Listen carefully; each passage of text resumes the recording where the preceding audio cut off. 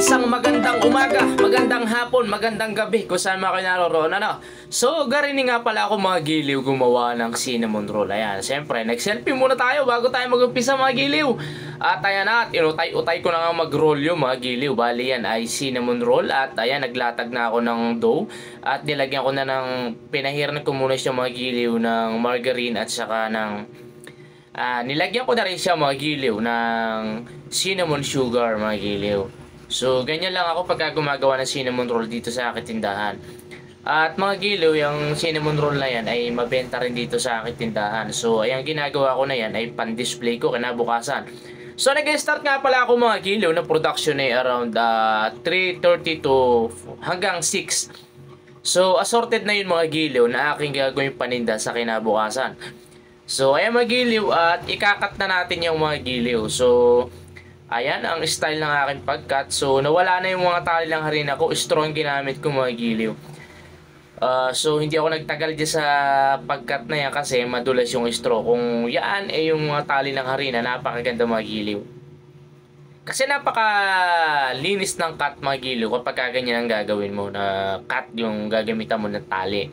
At yan na palagi ang pinractice ko since nung ako ay gumagawa pa ng cinnamon roll kahit nung nagtatrabaho pa ako sa industry. So ayan mga giliw, bali ganyan lang.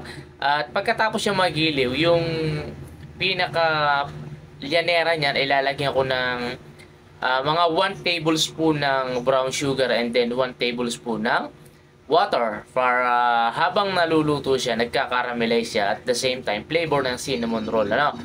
So ibang way naman yung ginagawa kong mga made to order kasi cream cheese frosting yon at saka may almond, kaya iba yon.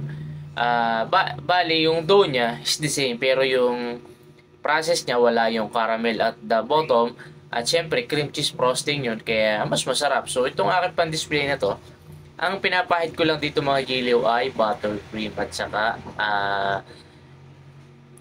milk, skim milk. So ayan mga giliw, nakat ko na, 'di ba, malinis. At iyan yung mga sample ng mga cut ko pa ng mga nakakaraan. So ito na nga mga giliw, at paalsahin na natin. Nilagay ko na siya lenera natin at paalsahin ko na yan magdamag mga giliw. So patutulugin muna natin. So ayan, picture muna. Charan. So ayan na mga giliw, umaga na, umalsa na mga giliw. Ayan na, mukhang inaantok pa ako. Talaga namang natutulog pa yata ako. So ayan, nagpalit muna ako ng damit na pang aking pambake.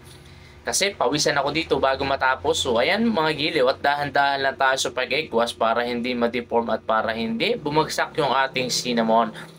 So ayan mga giliw, pagkatapos niya na isasalang natin siya sa oven na 180 to 15 to 16 minutes mga giliw.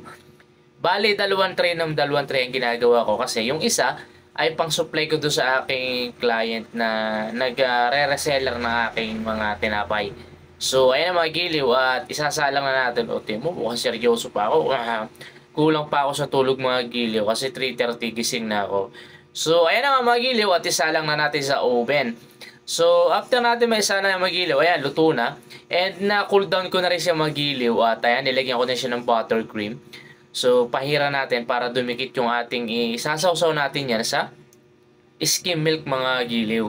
At dati ang nilalagay ko dyan ay condensed milk. Masyado siya kasing messy kapag condensed milk ang idadrop mo sa ibabaw niya mga giliw. Kaya nag-order na lang ako ng skim milk at isasawsaw ko na lang at the same time. Masarap din naman ang skim milk mga giliw. So, at pagkatapos yung mga giliw ay ililipat ko siya sa muffin cup, muffin liner. Kasi basa yung ilalim niyan, moist yung ilalim niya, gawa ng caramel. At pagkatapos saka ko na siya ilalagay sa display area. At yung isa naman ilalagay ko nandun sa container na binibigay sa akin kasi i-display nila yan mga giliw. So ayan na mga giliw, ready na nating isawsaw yan sa skim milk. Ayan o, kita nyo. Ay, inalog sa letra ng B! Ayan. Akala mo bingguhan lang, ano mga giliw, ano? Ayan o, kita mo o. At isasawsaw natin yung mga giliw isa-isa. Yan, ganyan o, kagaya yan o. Ayan o, kagaya lang ng pagsawsaw ng pandesal sa ating mga kamping matatapang. Ayan. So ayan mga giliw, kita mo naman, putas pa yung damit ko kasi pang bake ko lang yung mga giliw. At maya maya, pagkatapos kong mabake lahat yung mga giliw, ay papalit ako ng damit kasi medyo basa na yan, gawa ng mainit dito sa loob. Hindi kaya ng exhaust ko. Ayan. Sorry na mga giliw. Tapos na. Dinusplay ko na yun mga giliw. Ayan o. Nasa display na yan at ang halaga niyan mga giliw ay 16 pesos lang dito sa aking tindahan. So ayan yung mga dati kong gawa at gusto ko ipakita sa inyo noong nagtatrabaho pa ako sa bake shop ayan mga giliw. So itong isa na to, ayan ang ginagawa kong pa-order mga giliw. Dito na yan sa aking bakery. Yan ay 180 by 6 mga giliw. So ganyan lang ang ating cinnamon rolls. So ayan mga giliw at maraming salamat sa inyong panonood at kung may natutunan kayo ay please like and share. Ay, bye-bye! Ito si Panaderong Mangyan.